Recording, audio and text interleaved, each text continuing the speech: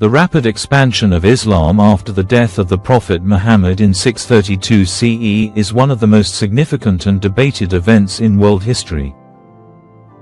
It was not the result of a single factor, but a complex interplay of military, political, social, and religious dynamics.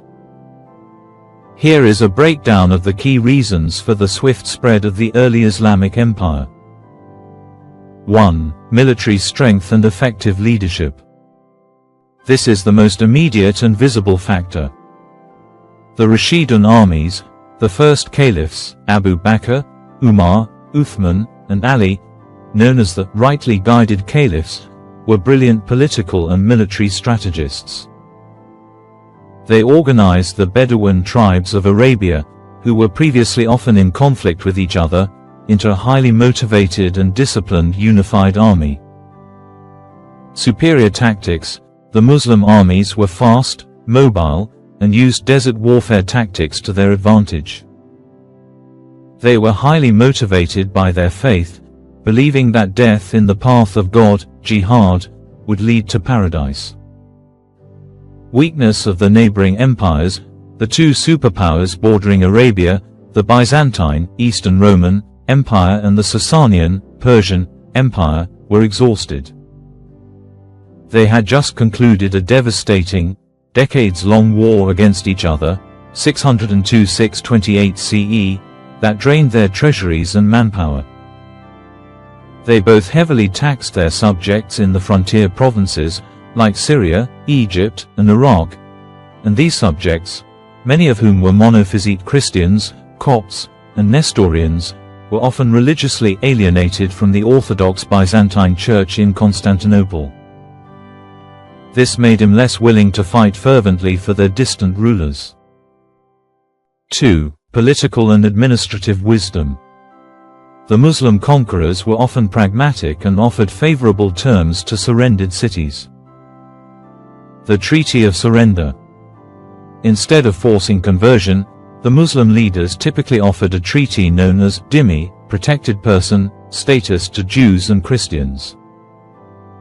In exchange for a special tax, jizya, they were granted security of their life, property, and places of worship. Freedom to practice their religion. Exemption from military service. Lighter tax burden. For many populations living under the heavy taxation of the Byzantines and Sasanians, the jizya tax was often lower than the previous imperial taxes. This made Muslim rule a financially attractive alternative. The Muslims also did not forcibly conscript people into their army. Minimal disruption. The early caliphs often left the existing Byzantine and Persian administrative structures and officials in place to ensure a smooth transition and continued collection of taxes. This pragmatism prevented societal collapse and fostered acceptance. 3. The religious appeal of Islam. While not forced upon people, the message of Islam itself was attractive. Simplicity and clarity. Islam presented a straightforward, monotheistic faith without a complex priesthood or costly sacraments.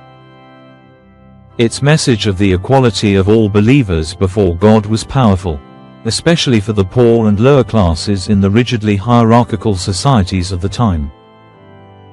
Social justice. The Islamic teachings on social justice, charity, zakat, and the condemnation of usury resonated with many people of the book. By recognizing Jews and Christians as people of the book, Islam positioned itself as the final and complete revelation in a long prophetic tradition that was already familiar to the populations of the Middle East and North Africa. 4. The pull factors. Why people accepted Muslim rule. It's crucial to move beyond the idea of conquest by the sword alone. Many regions accepted Muslim rule willingly due to the factors above. A better deal, for the average Egyptian Copt or Syrian farmer, swapping a distant, taxing, theologically oppressive Byzantine master for a local Muslim administrator who offered religious freedom and lower taxes was a rational choice. Tribal alliances. In North Africa and Persia, many local tribes allied with the Muslim armies, seeing them as powerful new partners. Over time, these alliances often led to conversion for social, political, and economic reasons. A brief timeline of the expansion: 632-661 CE. 632,634, Abu Bakr, the Ridda Wars, Wars of Apostasy, successfully reunite the Arabian Peninsula under the authority of Medina. 634,644, Umar ibn al-Khattab, the period of most rapid expansion. 636, decisive victory over the Byzantines at the Battle of Yarmouk, leading to the conquest of the Levant, Syria and Palestine. 637, decisive victory over the Sasanians at the Battle of Al-Qadisiyah, leading to the conquest of most of Iraq and Persia. 638, Jerusalem is surrendered to Caliph Umar. 639,642, conquest of Egypt under the general Amr ibn al-As. 644,656, Uthman ibn Affan, consolidation and further expansion. The Muslim navy is established. Expansion continues west into North Africa and east across the Iranian plateau. 656,661, Ali ibn Abi Talib, the First Civil War, Fitna, begins, which slows the pace of external expansion but solidifies the territories already gained.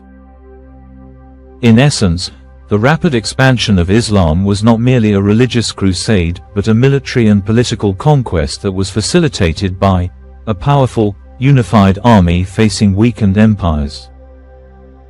Pragmatic and tolerant policies that made submission preferable to resistance. A compelling religious message that offered a coherent and attractive worldview. The combination of the push of the sword and the pull of attractive governance and faith created a momentum that, within a century of the Prophet's death, established an empire stretching from Spain to the borders of India.